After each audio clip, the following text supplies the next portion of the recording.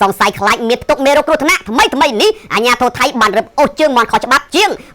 346តោនឯណោះពីកន្លែងខ្លះសេនៅក្នុងខេត្តហ្សាមុតសាខណ្ឌដើម្បីប្រមូលយកសំណាក់ទៅពិនិត្យចំពេលប្រទេសនេះកំពុងតែខិតខំដើម្បីទប់ស្កាត់ការរីករាលដាលនៃជំងឺផ្ដាសាយបាសីលោកសំឆាន់អគ្គនាយកនៃអគ្គនាយកដ្ឋានអភិវឌ្ឍបសុសត្វដែលហៅកាត់ថា DLD បានលើកឡើងថាបើយោងតាមការស៊ើបអង្កេតសំណាក់បានបង្ហាញថាផ្នែកមួយនៃជើងមន់ខុសច្បាប់ដែលរឹបអូសបានទាំងនេះគឺមានប្រភពមកពីប្រទេសប្រេស៊ីលជាកន្លែងដែលមានការរីករាលដាលនៃជំងឺផ្ដាសាយបាសីនៅពេលត្រួតពិនិត្យកន្លែងខ្លះសេអាជ្ញាធរបានរកឃើញជើងមន់ខ្លះសេនៅក្នុងបរិមាណយ៉ាងច្រើនដែលនៅក្នុងធុងនិងកន្លែងវេចខ្ចប់ប្រអប់ដែលបង្ហាញអំពីប្រភពផលិតមកពីប្រទេសអេស៊ីបឈីលីទូគីនិងអាល្លឺម៉ង់ការពិនិត្យលើប្រវត្តិនៃការដឹកជញ្ជូនបានបញ្ជាក់ថាជើងមន់ដែលខ្លះសេទុកទាំងនេះគឺមានចំនួនសរុបរហូតទៅដល់